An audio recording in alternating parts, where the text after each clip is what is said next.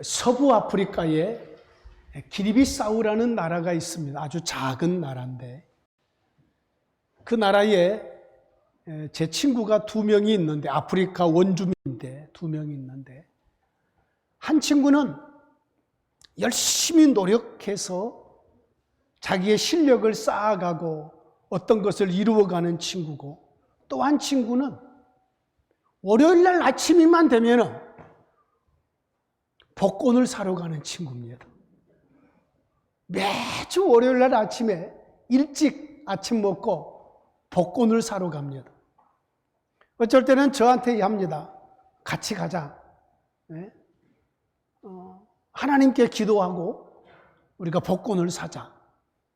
조금 좀 믿음이 잘못된 친구인데도 그래도 뭐 악한 마음은 없는 친구예요.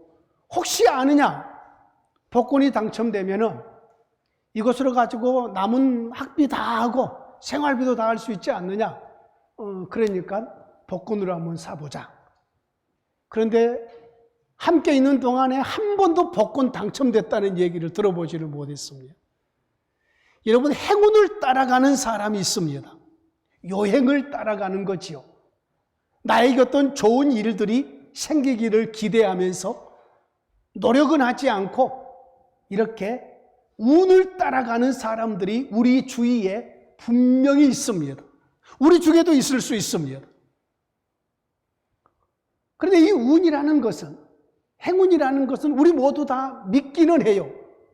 나에게 어떤 좋은 일이 있으면 행운이 나에게 오려나 보다. 제 사무실에 해피트리라는 나무가 있는데 그냥 천장까지 그냥 아주 이렇게 우거지게 자란 이 나무가 있는데 작년부터 수천 송이의 꽃이 피는데 지금도 꽃이 많이 피어 있습니다. 피었다 떨어지고 피었다 지금도 많이 피어 있는데 대부분 사람들이 해피트리에는 꽃이 잘 안 피는데 내 사무실에 와서 보고 이 나무다 꽃이 피는가?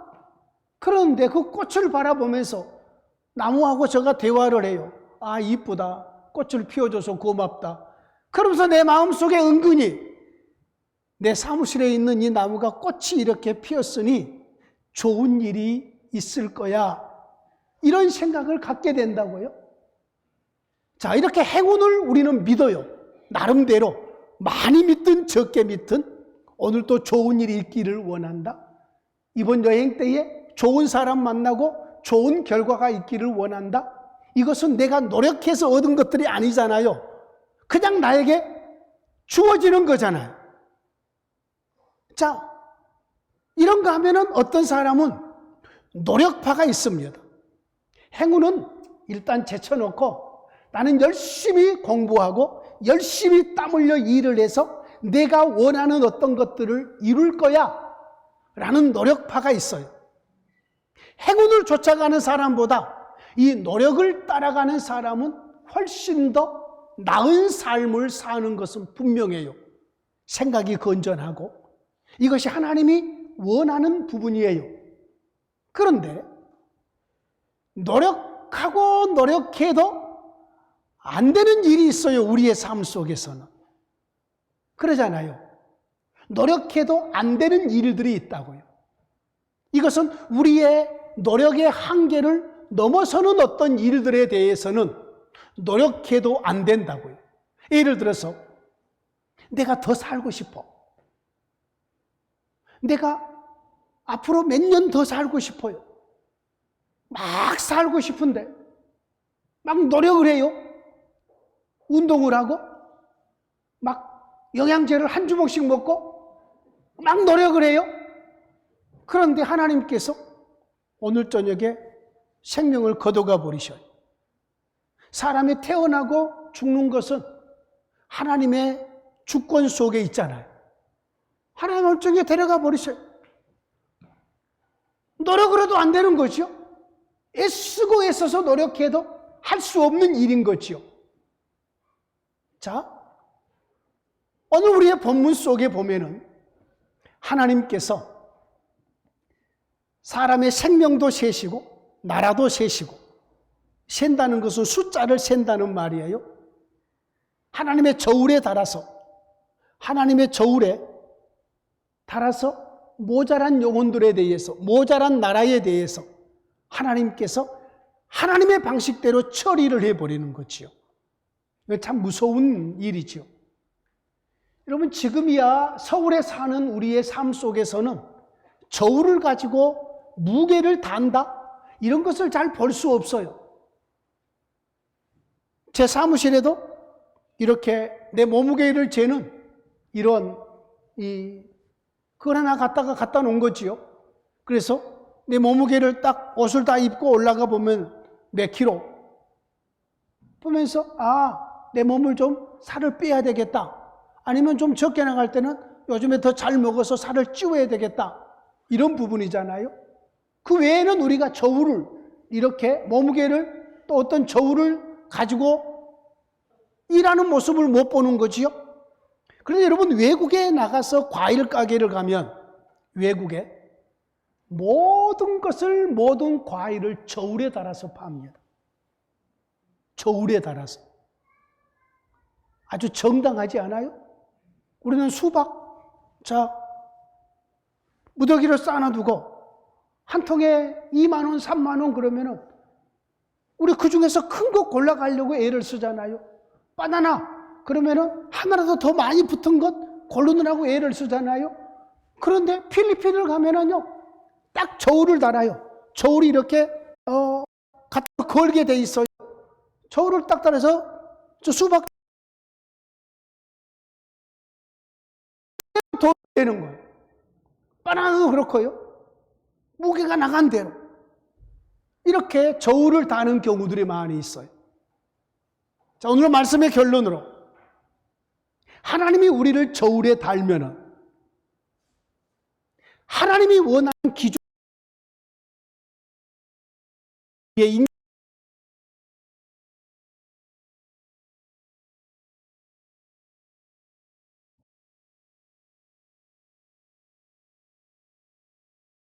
한참 모자라는 게 드러날 거예요.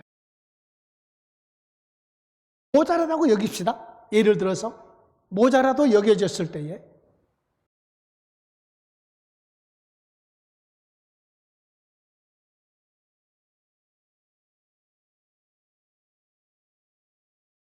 버린다면은 우리의 삶은 망하는 거잖아요.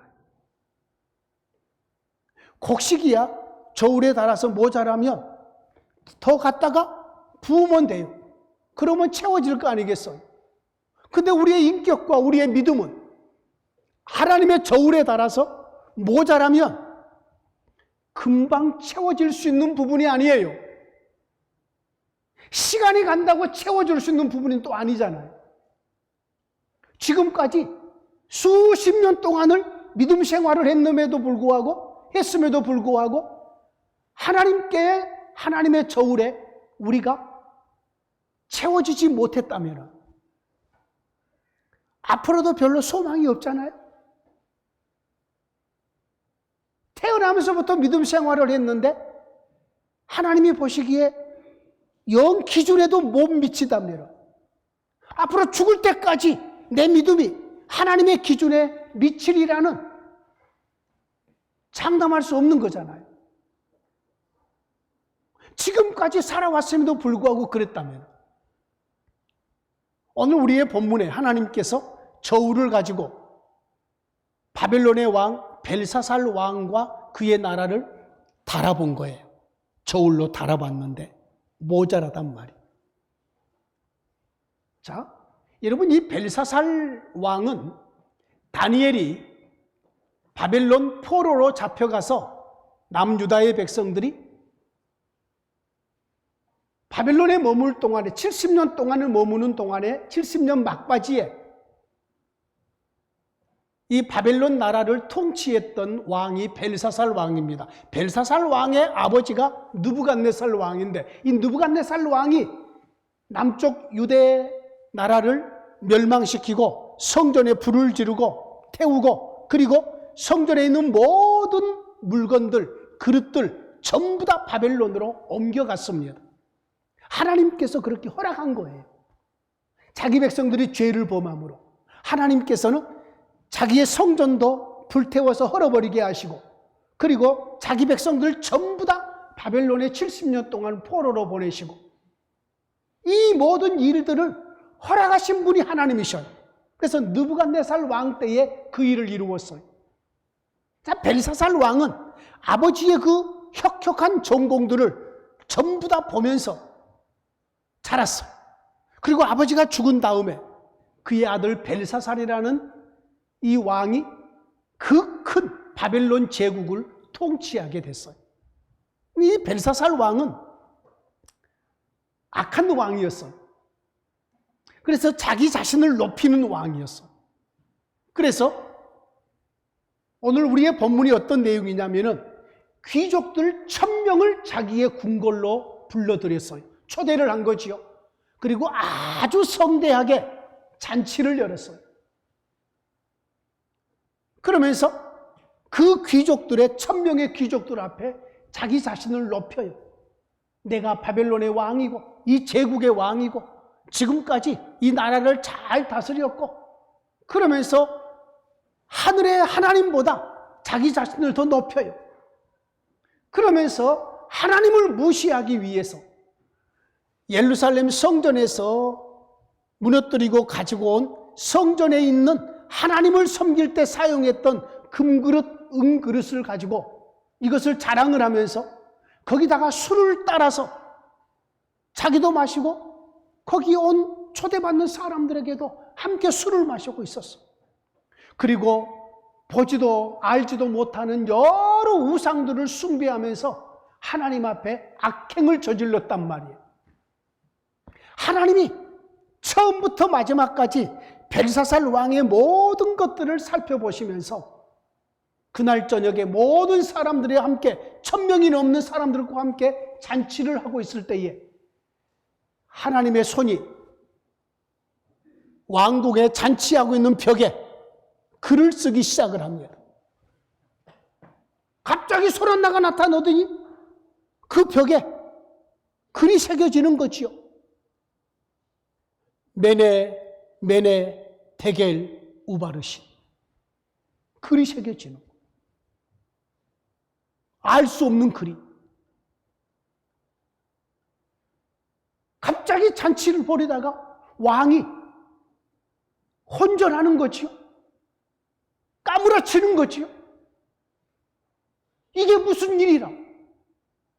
한 번도 경험하지 못한 엄청난 지금 일이 벌어지고 있는 거잖아요. 이성으로 이해할 수 없는 일이 소란나가 나타나서 글을 쓰고 있으니 말이에요.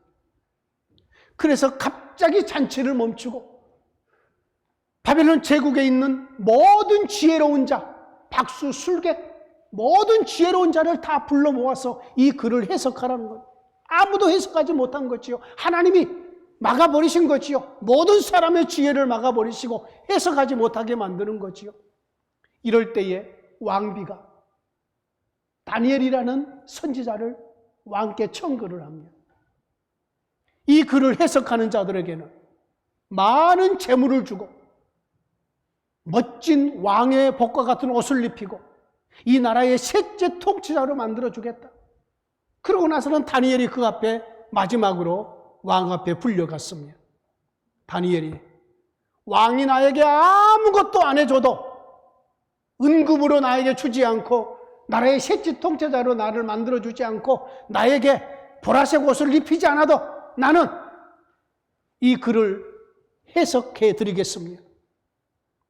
이 글을 쓰신 분은 하늘의 하나님이십니다.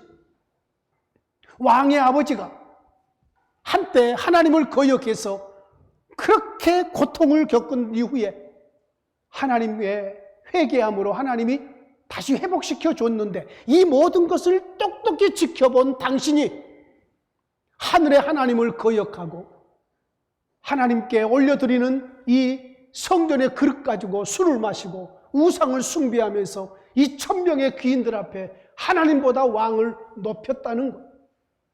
그러면서 이 글의 의미는 이것입니다. 메네는 하나님께서 이 나라의 숫자를 세워서 이제는 끝낸다는 거예요. 우리가 보통 그러잖아요.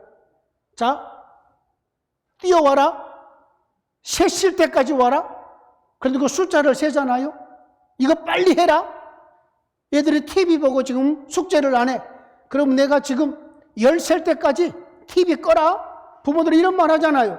자, 숫자 센다. 하나, 둘, 셋, 9대도 애가 안 꺼. 그러면 아버지가 살짝 은혜를 내리죠. 9반. 또 애가 가만히 있어. 반에 반? 그러잖아요. 자, 열이 되면은 끝나는 거죠. 하나님께서 지금 바벨론 나라에 숫자를 세워서 지금 마지막 숫자를 끝낸다는 거지요. 숫자를 세워서 끝내겠다는 거지. 끝내겠다. 자, 그리고 나서 매네매네 대결은 내가 저울에 달아보니까 너가 한없이 부족하다. 우바르신이라는 것은 또 이것이 또 좀 더 이렇게 나뉘어져요. 그래서 셀레스라는 단어가 그 속에 함께 포함이 되어서 내가 너의 이 나라를 지금 큰 바벨론으로 되어 있는 나라를 두 개로 나눠버리겠다. 바로 그날 저녁에 하나님께서 이 벨사살 왕을 죽여요. 잔치하는 그날 저녁에. 자, 이 본문을 우리가 살피면서 이 본문 속에서 하나님께서 우리 하나님은 어떤 하나님이신가? 하나님은 예나 지금이나 하나님은 이 세상을 어떻게 통치하시고 이 세상에 있는 모든 사람들을 어떻게 관리하시는가? 이 부분을 우리는 먼저 이해를 해야 됩니다. 여러분, 우리 하나님은 이 세상에 살고 있는 모든 사람들을 면밀하게, 세밀하게 살피시는 하나님이셔요. 바벨론의 이 벨사살 왕의 행적을 샅샅이 살피시고 그의 심령까지 통촉하신 우리 하나님이셔요. 1000명을 불러서, 귀족들을 불러서 자기 자신들을 하나님보다 높이는, 그리고 하나님을 무시하는 이런 어떤 악행들을, 그의 교만을 하나님은 지켜보고 계신 거지. 하나님을 무시하게 하려고 하나님의 성전, 예배드릴 때 사용했던 금그릇, 은그릇에다가 술을 담아서 부어먹는 이 악행도 하나님께서는 그의 마음에서부터 보고 계신 거지. 금으로, 은으로, 나무로 만든, 철로 만든 우상, 보지도 알지도 듣지도 못하는 그러한 우상을 숭배하면서 하나님 앞에 악을 저지르는 것을 우리 하나님께서는 이 벨사살 왕의 처음부터 마지막까지 모든 것을 살피고 계신 거지요. 일반적으로 사람들은 누가 보지 않으면 죄를 짓는데 담대해져요. 우리 성도들이 다른 사람이 우리를 보지 않으면 우리는 믿음을 버리는 일에 담대해져요. 일반적으로 그러지 않나요?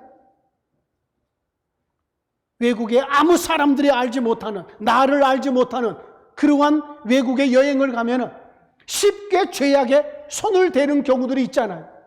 왜요? 나를 보는 사람이 아무도 없으니까. 나를 아는 사람들이 아무도 없으니까. 그렇잖아요. 그런데 여러분, 우리는 기억해야 돼요. 사람들이 나를 보지 못한다고 할지라도 나의 아버지 하나님, 하늘의 하나님이 우리를 세밀하게 살피고 계심을 우리는 기억하셔야 돼요.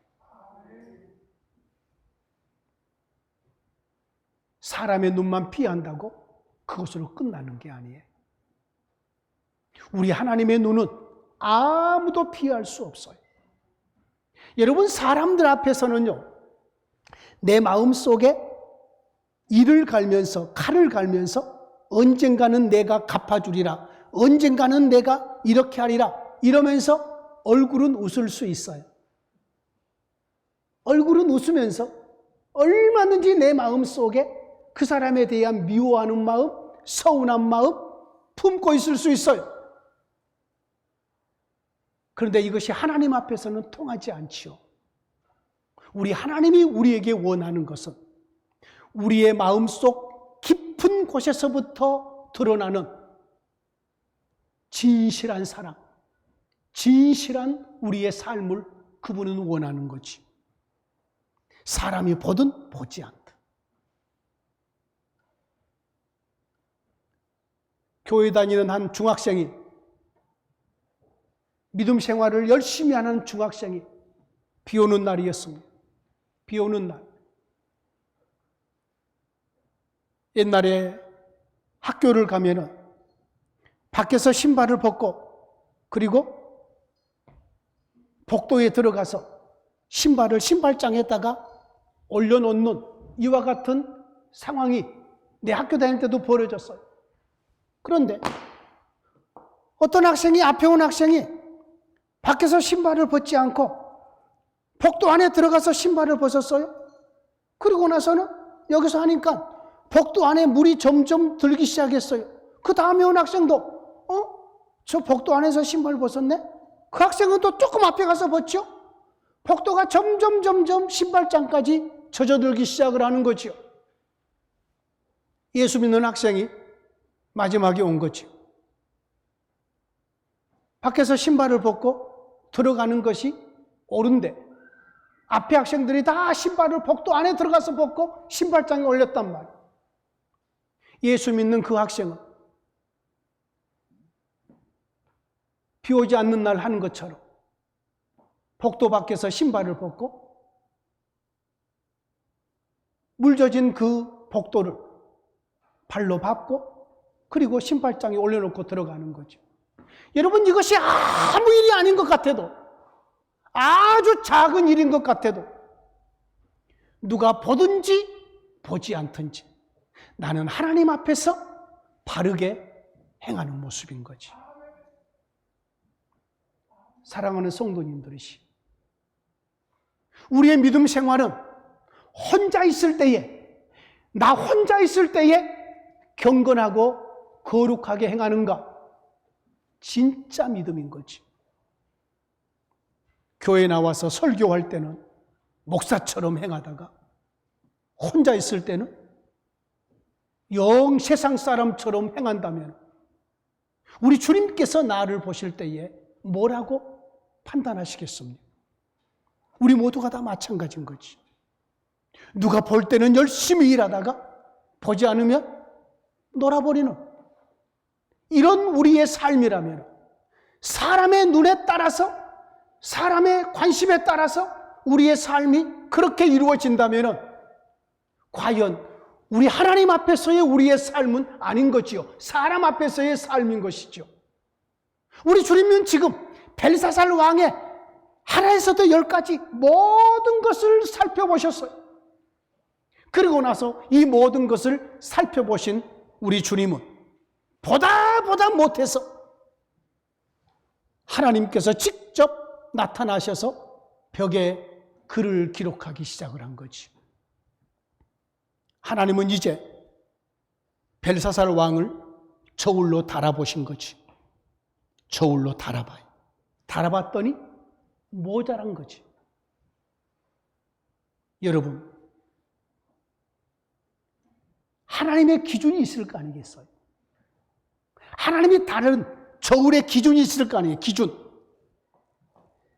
여러분, 하나님의 기준은 하나님의 말씀이에요.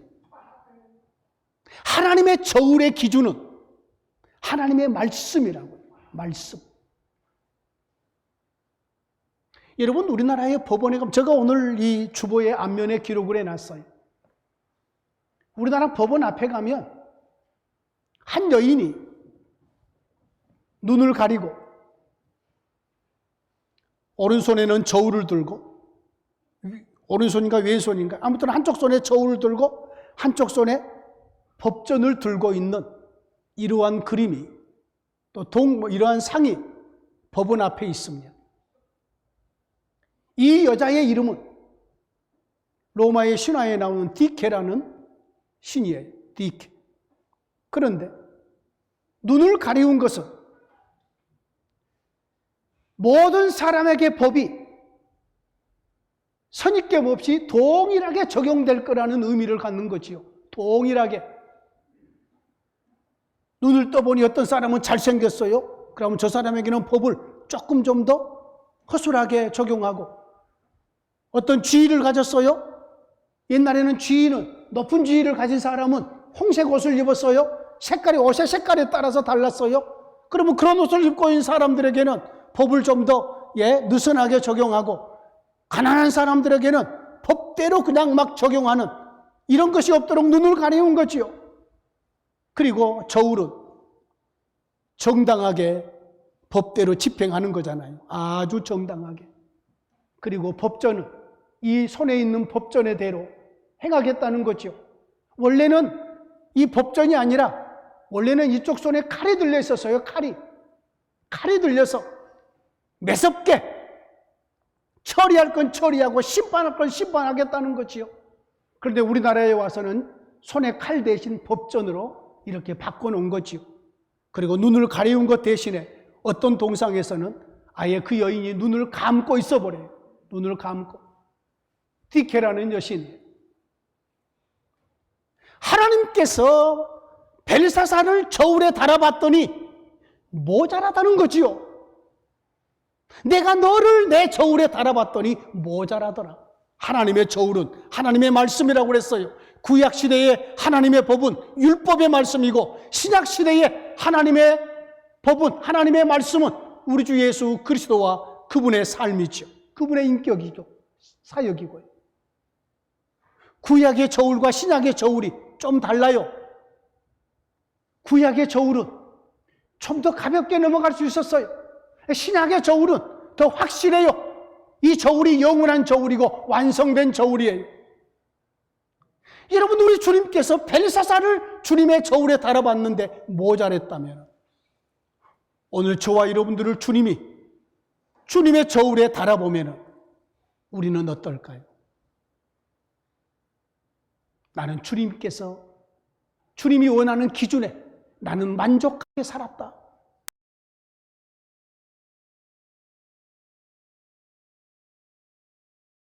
이라는 시험을 보잖아요. 모든 우리나라에 자격증을 줄 때나 모든 걸 볼 때 시험을 치러요. 시험.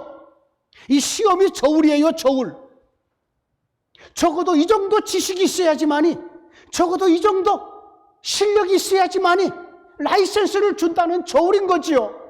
적어도 하나님께서 내 백성이라면, 내 자녀라면 이 정도 수준은 돼야 되지 않겠느냐라는 하나님의 기준이 있단 말이에요.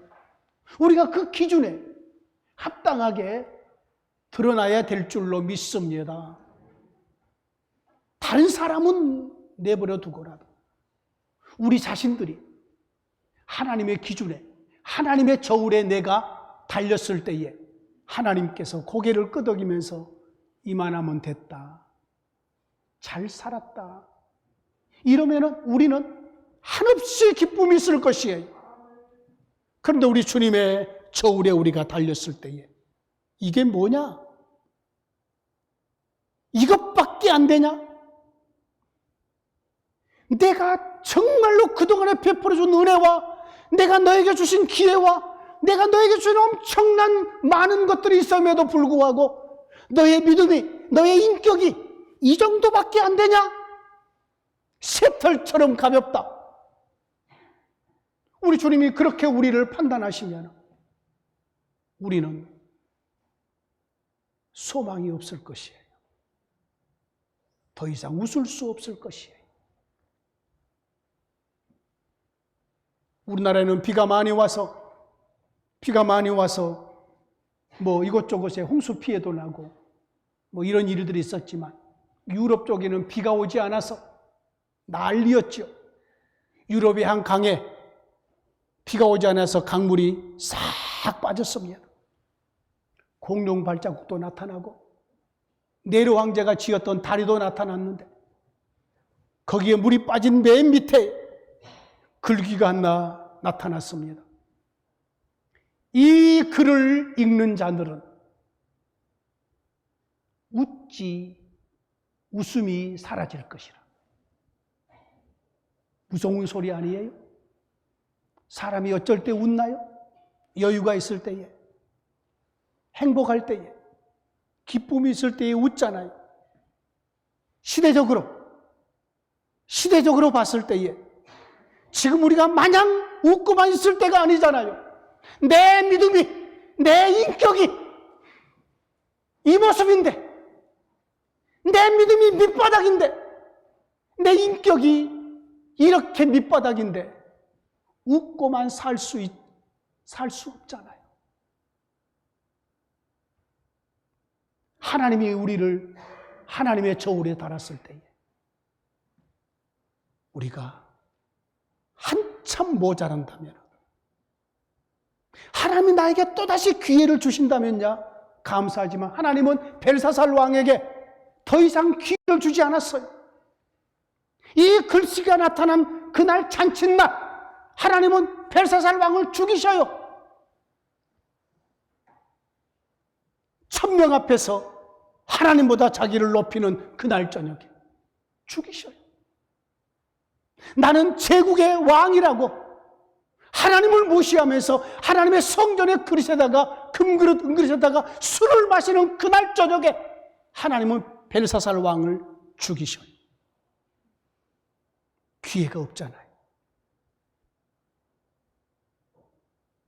여러분, 우리는 그러면 주님의 저울에 달려서 하나님의 기준에 이상으로 가고 있는지 아닌지를 우리가 지금 판단할 수 있는 한 가지의 방법이 있어요. 내가 지금 하나님의 저울에 달려서 내가 정말로 하나님의 기준에 합당한 자로 살고 있는가? 딱 한 가지 방법이 있어요. 로마서에 보면은 우리 주님이 그런 말씀을 해요. 하나님께 기뻐하심을 받는 자는 사람에게도 칭찬을 받느니라 라는 말씀을 주셨어요. 하나님께 기뻐하심을 받는 성도들은 사람들에게도 칭찬을 받느니라. 우리의 삶이 나와 함께 살고 있는 가족들에게, 나와 함께 믿음 생활하는 교우들에게, 나와 함께 일하고 있는 우리의 이웃들에게 당신은 정말로 하나님을 섬기는 믿음의 사람입니다. 당신의 인격은 너무 아름답습니다. 당신은 정말로 선하게 살고 있군요. 당신을 칭찬하고 싶습니다. 당신처럼 살고 싶습니다. 당신처럼 그렇게 말하고 행하고 싶습니다. 그러면서 우리의 가족과 우리의 이웃들이 우리를 칭찬하고 있다면 우리는 하나님 앞에 그런 대로 하나님의 기준에 합당한 자로 살고 있는 모습이 아닐까 싶습니다. 사랑하는 성도님들이시, 여러분의 이웃들이 여러분을 칭찬하고 계신가요? 함께 살고 있는 여러분의 가족들이 여러분을 정말로 칭찬하고 있는가요?